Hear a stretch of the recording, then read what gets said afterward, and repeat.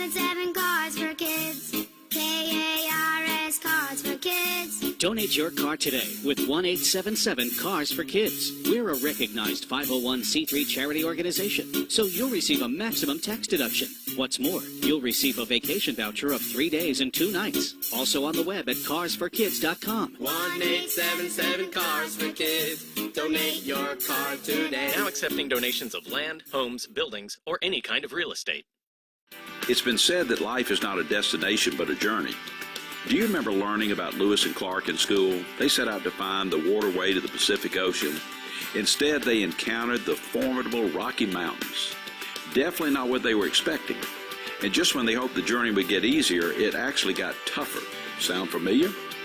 Life is like that too, filled with great expectations, and the unexpected, daunting challenges occur. Maybe you feel like you're facing your own mountain-sized obstacle right now. Maybe it's an issue at work or with your health or with your family. I have good news for you. Jesus has promised to be our shepherd, our guide through life. He never promised us the journey would be easy. He did promise to lead us each step of the way to an eternal destination in heaven with Him. This is Bryant Wright, encouraging you on the journey of life, speaking right from my heart. For devotions, visit rightfromtheheart.org. Sports Radio 92.9 The Game. The home for our Falcons. 10-5, touchdown Atlanta! WZGC Atlanta and WZGC HD1. Atlanta Sports Radio 92.9 The Game. An Odyssey station. Pokemon, catch 'em all. One of those things, couple of guys Andy Randy! having discussion. I be on it all night, man. I be on it all day. Straight up pimp. If you want me, you can find me in the... What are you looking at me like that for? What you talking about? We're supposed to make eye contact. It's the Midday Show with Andy Barker and my son, my baby boy, Randy McMichael. When I crack open this mic, that was the most media member thing that's ever been said. Starring Randy Montez McMichael as Randy, and my firstborn son, Andrew Stephen Bunker as Andy. The pumps make the yams more yammier? The what's make the what's more whattier? boring answer. Just make sure you don't touch that dial, then we'll be cool. Touch it and use the fool. on Sports Radio 92.9 The Game. Yeah. Good morning, welcome in Sports Radio 92.9 The Game, the midday show with Andy and Randy with you here on a Hump Day Wednesday. Hump Day! What's happening, morning to you, Randy? How are you? What's happening, man? I'm sorry, my daggone earphone dropped out, man. What's happening? What's happening, man? Yes, it is a beautiful Hope Day here in Atlanta. We appreciate y'all as always joining me and Andy for our 10-day, our 10 to 2 fun. What should we call it? Fun time. Fun Fest. No, because Fun Time wasn't something else I used. Fun time. Fun Fest. I like Fun Fest better, man. But yeah, I'm doing good, brother. Just trying to navigate through the slow period of Atlanta sports right now. You know, the Braves are still off. We had the All-Star game. We'll get to that in a minute.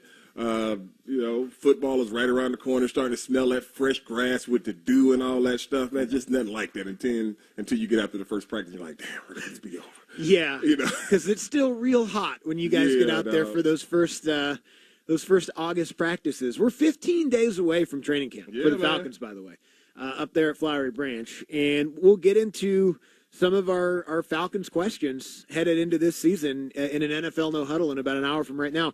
I know yesterday we spent a little bit of time talking about the Falcons, Randy, and the division and the offseason and all that stuff, and we just kept coming back to there's just so many unknowns. Yeah. There's so many question marks. There's so many things that, okay, if this goes this way, maybe that goes that way, but it's also just stuff you really have no idea because you haven't seen it before. New faces, new regime, and all that. So we'll start our countdown of question marks. Falcons season leading into question marks in an NFL No Huddle in an hour from right now. Going to talk some Georgia football today as well. Brandon Adams was on the show yesterday talking about the Clemson game, which is now 52 days away. Randy, the countdown is on, 52 days away. And he also talked to us about the name, image, and likeness stuff. And I thought your question to him was really interesting about, what have you heard? Like, have you heard any news of guys? What are guys up to? Georgia players that are doing this or that? And he had heard, kind of the same type of stuff we had. Nothing crazy, nothing, bank breaking for any of these guys yet. Maybe that's coming down the road. But a lot of it is smaller stuff, camps, appearances, autograph signings, just little stuff that they weren't allowed to do before. I thought Seth Emerson had an interesting article this morning where he talked about some of the things that guys are up to and some of the things that these guys are able to do now that they weren't able to do before. Nolan Smith this weekend is doing a camp in his hometown. Kids can come to it. His face is on the thing. It's called, what are they calling it? It's a great name. Nolan Smith's Pup Day Out. And I love it. It's $35 for kids in the Savannah area to come to and be a part of, and he's there. There's going to be other Georgia players there. And what an obvious and cool thing to be able to do that you weren't allowed to do before. Like, you were able to do camps that were involved with the school, but to be able to go do your own thing and have something in your community and put a little money in your pocket at the same time, deservingly, it's just great. It's great to see kids being able to do that stuff, and I know that that's one of the many things that these guys are going to be able to do. Nolan Smith doing this weekend. Yeah, I mean, it's going to be, and that's why it's going to be more of these things right here. Andy. Yep. It's going to be the camps and all these different things. You get, I don't know, I can't count pockets. You know, you get various thousands of dollars to just show up, rah, and have your name on it. You know, so I anticipate more of those type things than just the conglomerate of the CEO of a, you know, just, I just don't see I never saw the big angst and the reason why people were so upset about it in the first place. But with that being said, I can see it being more like that. Come run a camp, like, you know, like what did you say yesterday? Autograph signing, things like that. I can see more of that. Appearances, stuff like that, man, stuff like that. And I'm glad these young men are taking advantage of it. And obviously, it's all about, you know, the people want to say, well, it's jealousy and all that. I just don't see that being a factor as far as when they get on the field. I don't think so either. Like, I think people are happy for each other. At least I would imagine. Maybe I'm, you know, being optimistic about the dynamics of the locker room, but seems like guys would be happy for one another, especially because everybody has the same opportunity to go out and do these things.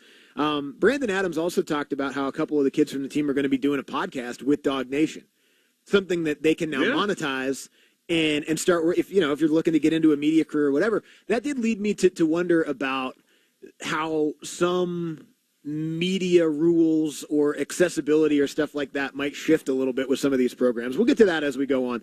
But last night was the All-Star game. It was a lot of fun to watch. I mean, Shohei Ohtani was the big story all night long, and he went out there and retired the side 1-2-3, threw the ball 100 miles an hour in the first inning to get Nolan Arenado out, and lived up to it. I know he didn't hit a home run or anything in his first at bat, but lived up to the billing, went out there and was just a show. It was a lot of fun to watch him play.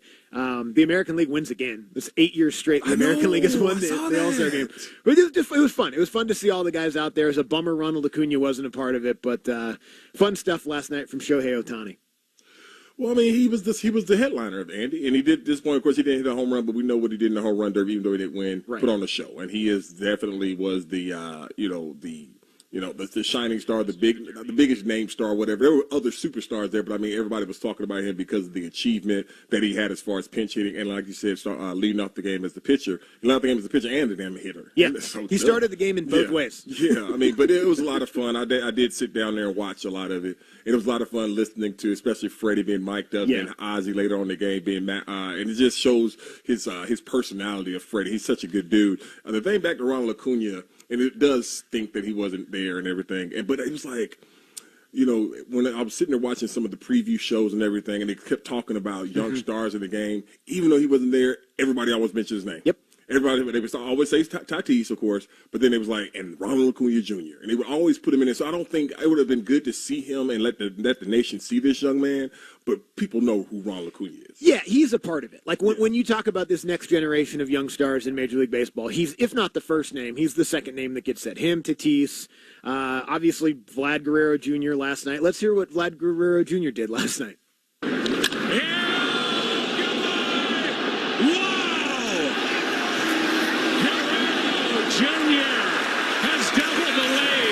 It's my pleasure to present this year's Ted Williams Award to Vladimir Guerrero Jr.